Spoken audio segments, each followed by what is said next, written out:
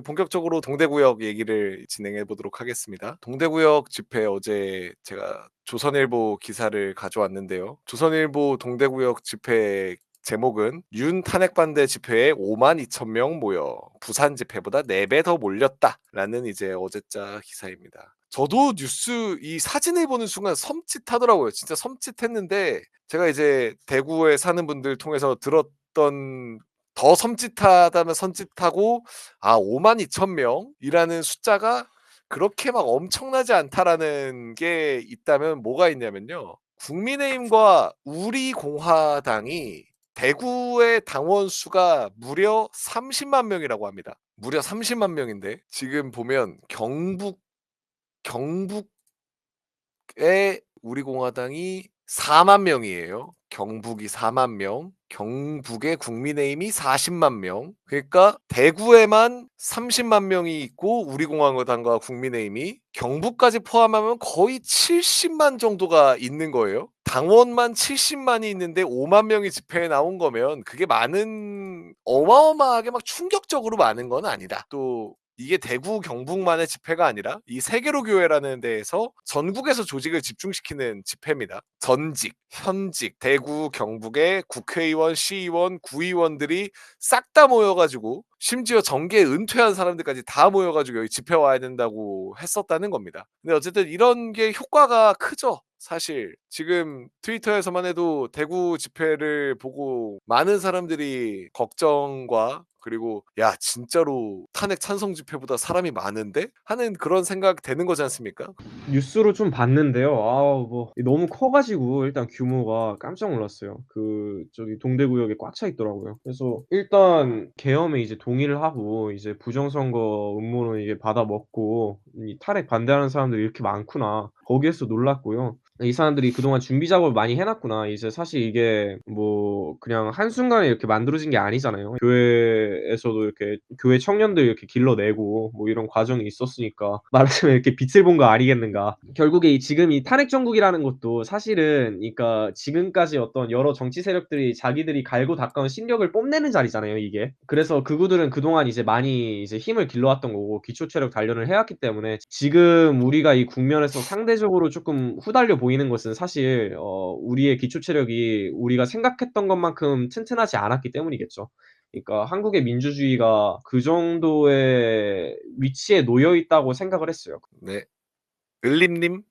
근데 그 당원 얘기가 전 되게 흥미로웠어요. 당원 수 30만. 얘기가. 그러니까 그러면 '당원도 다 조직이 되진 않은 거구나.'라는 생각과 이게 참 걱정스러운 게 맞고 쟤네들은 사실 한국 사회를 지배해 온 이 반공과 반패미 사실 그런 역사로 80년 동안을 집권해 온 거잖아요. 그 세력이 사실 어떻게 보면 저렇게 아주 뭐랄까 극우, 개신교, 소수 어떻게 보면 소수로 몰린 거죠. 좀 희망적으로 보자면. 저는 이 계엄을 막아낸 것 자체가 우리의 기초 체력을 보여준 거라고 생각하긴 합니다. 이게 정말 약간 뭐랄까 스포츠 중계처럼 된단 말이에요. 야, 이번 주에 탄핵 찬성 집회 몇 명이 왔나요? 10만 명.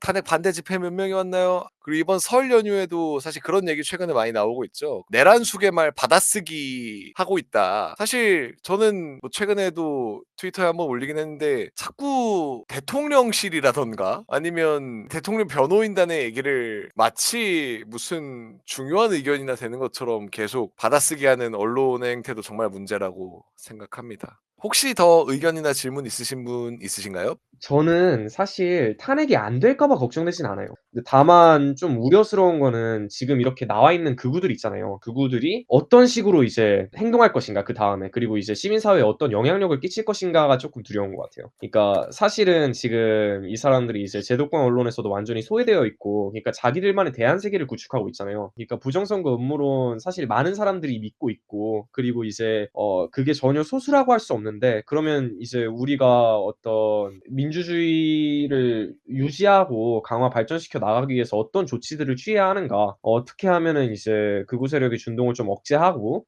민주주의를 좀 더 강화할 수 있을까? 그러니까 특히 시민사회 내에서 고게 좀 고민해 볼 지점인 것 같습니다.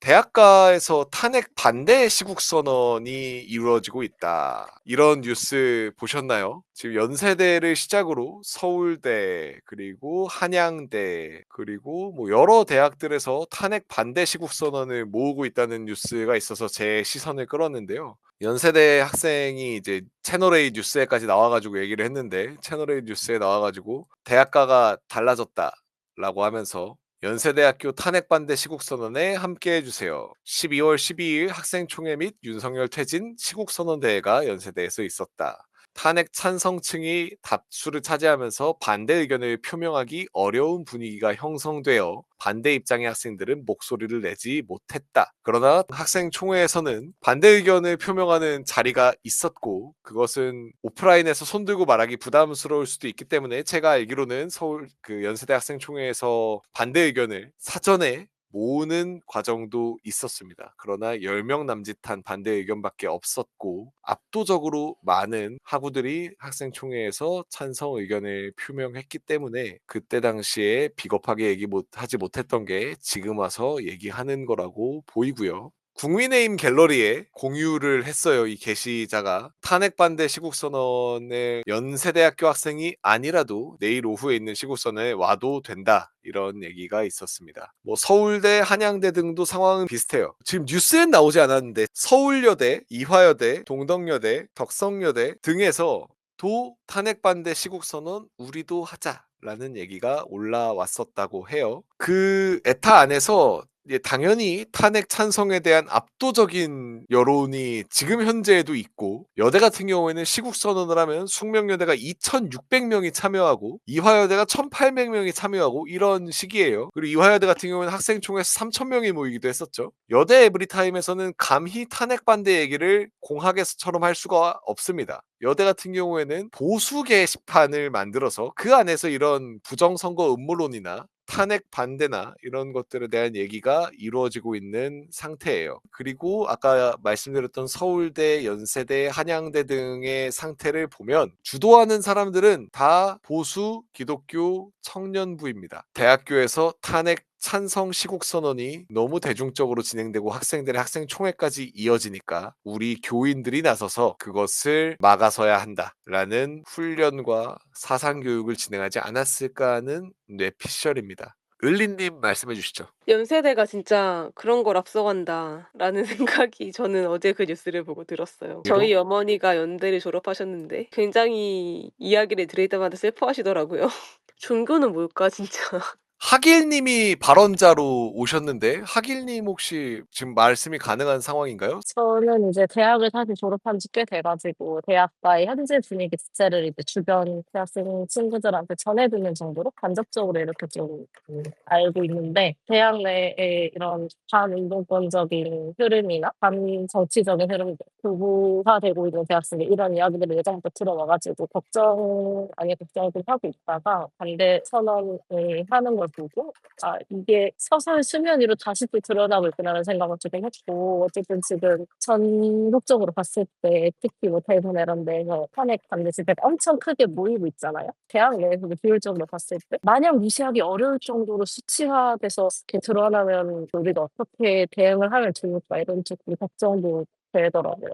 제가 이제 극우 구애들이 얘기하는 이제 교리들 같은 걸 좀 살펴봤거든요. 태극기 집회 같은 데 가면은 뭐 이렇게 얘네들이 나눠주는 신문 같은 거 있는데, 거기에 이제 뭐 걔네들이 이제 개신교 교리를 어떻게 이제 반공주의를 얘기하는데 써먹는가, 이제 이게 사탄론이 핵심인데, 북한 공산 정권이 있고 얘네들은 어쨌든 무신론적이고 종교를 말살하려고 하기 때문에 개신교 자체에 대해서, 기독교 자체에 대해서 절대적이다. 그리고 이제 뭐 공산주의라는 사상이 유물론적 결정론이기 때문에 인간의 자유의지를 무시하고 그 존엄성을 이제 짓밟고 그런 것이라서 이제 반대를 해야 되고, 뭐 이렇게 얘기를 하더라고요. 대한민국이 그런 이제 반공의 어떤 최첨단에 서 있고 하나님이 한민족을 선택해서 그 우리 민족에게 반공의 사명을 부여했다. 그래서 한국이 어떤 제사장의 나라고 말하자면 선택받은 민족인 거죠. 요한묵시록에 나오는 뭐 북방 쪽에 사탄의 세력들이 밀려오고 약간 이런 내용들이 있어요. 그 묵시록 살펴보면은. 근데 그거를 이제 북한으로 해석을 하고 러시아로 해석을 하고 그 중국으로 해석을 하더라고요. 그리고